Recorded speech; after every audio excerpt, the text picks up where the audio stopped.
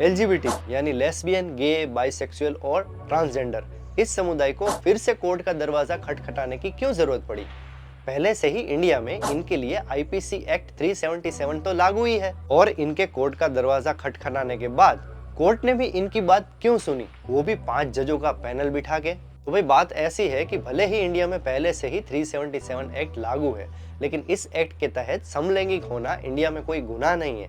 लेकिन हाँ, ये एक्ट इनको मैरिज के लिए मान्यता बिल्कुल नहीं देता है। तो भाई इसी मैरिज की मान्यता के लिए और दूसरे बहुत से प्रॉब्लम है इस एलजीबीटी समुदाय को, उनके सॉल्यूशंस के लिए आखिर इन्होंने कोर्ट का दरवाजा खटखटाया। तो भाई दूसरी प्रॉब्लम वो कौन सी प्रॉब्लम, जैसे कि चाइल्ड एडॉप्शन हो गया, या फिर जॉइंट अकाउंट में नॉमिनेशन फाइल करने की बात हो गई, इनकम टैक्स रिटर्न फाइल करने की बात हो गई, या फिर पेंशन स्कीम जैसी सेवाओं का लाभ लेने में भी इस समुदाय को दिक्कत होती है। उनके सॉल्यूशन के लिए इन्होंने कोर्ट का दरवाजा खटखटाया। कोर्ट ने 5 जजों की पैनल बिठाई, पक्ष विपक्ष और सरकार की दलीलों को सुना और ये फैसला सुना दिया कि भाई 377 में ही आप खुश रहो, अभी मैरिज वेरेज को लीगल करना हमारे बस की बात तो नहीं है और ये अभी हम नहीं कर सकते। और इसका रीजन ये दिया कि भाई कोर्ट के पास फिलहाल कोई कायदा नहीं है इसका वर्डिक्ट देने के लिए, और कायदा बनाने का काम कोर्ट का नहीं है, वो सरकार का है और संसद का है। कोर्ट में ये जो 5 जज बैठे थे उसमें से 2 जज जो थे वो मैरिज को लीगलाइजेशन करने के पक्ष में थे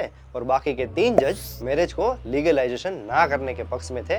तो कोर्ट ने 3-2 से फाइनली मैरिज को लीगलाइजेशन ना करने के पक्ष में फैसला दे दिया। अब अगर कोर्ट के बाहर समाज की दृष्टि से देखें तो भारत एक बिन सांप्रदायिक देश है और यहाँ पर बहुत सी कम्युनिटीज एक साथ रहती हैं, जिनके लिए अलग अलग धर्मगुरु भी हैं और अलग अलग संप्रदाय से ये लोग जुड़े हुए भी हैं, जिनके साथ इन लोगों की श्रद्धा और विश्वास दोनों जुड़े हुए हैं। और कहीं ना कहीं ऐसे धर्मगुरु, ऐसे संप्रदाय और भारत के बहुत से लोग केवल कुछ प्रतिशत को छोड़ के इस मैरिज को लीगलाइजेशन करने के खिलाफ है। पूरे विश्व में भारत की एक सांस्कृतिक देश की छवि है और इसी संस्कृति के साथ लोगों की भावनाएं डीपली जुड़ी हुई है। अगर ऐसे में मैरिज एक्ट को लीगलाइज किया तो लोगों की भावनाएं तो आहत होंगी और साथ में देश की छवि भी बिगड़ेगी, ऐसा लोगों का मानना भी है और सोचना भी है। भारतीय सभ्यता में परिवार की परिभाषा मतलब कि एक स्त्री, एक पुरुष और उसके बच्चे, अगर ऐसे में इस सभ्यता में थोड़ा बहुत भी परिवर्तन करना है तो बहुत ही सोच विचार करके करना पड़ेगा। इतने सारे मुद्दे एक साथ जुड़े हुए हैं, इसीलिए सरकार या कानून भी कहीं ना कहीं कोई भी डिसीजन लेने से पहले एक बार नहीं बार बार इस पर सोचेगी। भारत में पहले से ही एक स्त्री और एक पुरुष के मैरिज के लिए भारत के कानून के साथ साथ कुछ पर्सनल बोर्ड के भी कानून हैं और कुछ समाज के भी कानून हैं।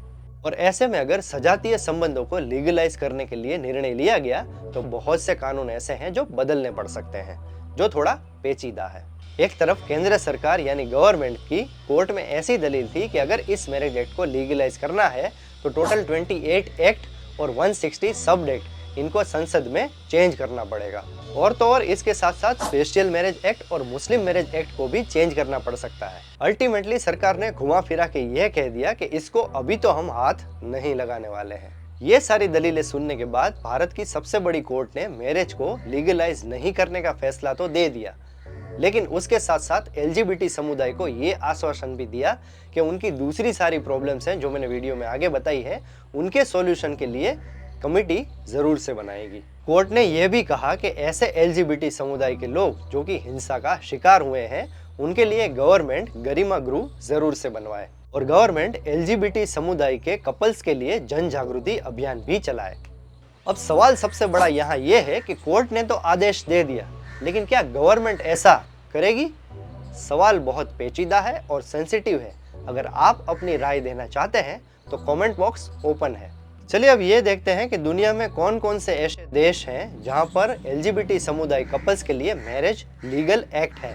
Netherlands, Switzerland, Austria, Belgium, Britain, Denmark, Finland, France, Germany, Iceland, Ireland, Malta, Norway, Portugal, Sweden, Andorra, Slovenia, ऐसे कुछ 19 देश हैं जो कि यूरोप के हैं।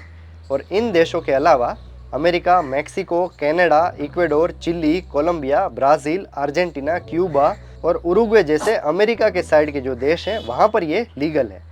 इसके साथ साथ अगर दूसरी तरफ देखें तो ऑस्ट्रेलिया, साउथ अफ्रीका, न्यूजीलैंड में भी LGBT मैरिज एक्ट लीगल है और एशिया में केवल ताइवान ही ऐसा देश है जहां पर यह मैरिज एक्ट लीगल है। अब जहां पर यह मैरिज एक्ट लीगल है वहां पर LGBT समुदाय के कपल्स को कोई दिक्कत नहीं है, लेकिन कुछ देश ऐसे भी हैं जहां पर ये लीगल नहीं है और कुछ देशों में तो ऐसे मैरिज पर मौत की सजा यानी कि फांसी की सजा भी सुनाई जाती है।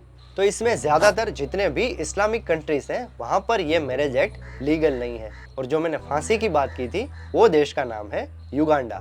युगांडा में अगर कोई LGBT कपल्स मैरिज करते हैं तो वहां पर उनको फांसी की सजा सुनाई जाती है। तो कुल मिलाकर 34 ऐसे कंट्रीज हैं जहां पर यह मैरिज एक्ट लीगल है और 71 ऐसे कंट्रीज हैं जहां पर LGBT समुदाय के लोग लीगली शादी नहीं कर सकते और वहां पर वो कानूनन जुर्म है। अब वापस आते हैं भारत के अंदर। तो LGBT समुदाय ने कोर्ट में अपनी बात रखी, उसके ऊपर वकीलों ने दलीलें पेश की, सरकार ने अपनी बातें सुनाई और इन सारी चर्चाओं के बाद जजों ने अपना निर्णय दे दिया। अब इन निर्णय से नाखुश LGBT समुदाय के लोगों ने गवर्नमेंट को एक चिमकी दे दी है कि आगे के इलेक्शन में हम उन्हीं को वोट देंगे जो हमारी इस मांग के लिए लड़ेगा। रियली? क्या आपको लगता है कि सरकार ऐसा करेगी और ऐसा करने से सरकार को कुछ फर्क भी पड़ेगा? खैर, ये लोग कुछ भी कहें, लेकिन सरकार को तो अपनी देश की लाज या अपनी संस्कृति की लाज तो रखनी पड़ेगी ना। क्यों? आपका क्या कहना है इस बारे में? फिर से सवाल वही पेचीदा है और मुद्दा बहुत गर्म है। फिर भी कमेंट बॉक्स खुला ही है, आप अपना विचार यहाँ पर रख सकते हैं। फिलहाल इस वीडियो में इतना ही, मिलते हैं अगले वीडियो में। तब तक के लिए जय हिंद, जय Bharat, stay safe, stay healthy. आप हमें ट्विटर, फेसबुक और इंस्टाग्राम पर भी फॉलो कर सकते हैं।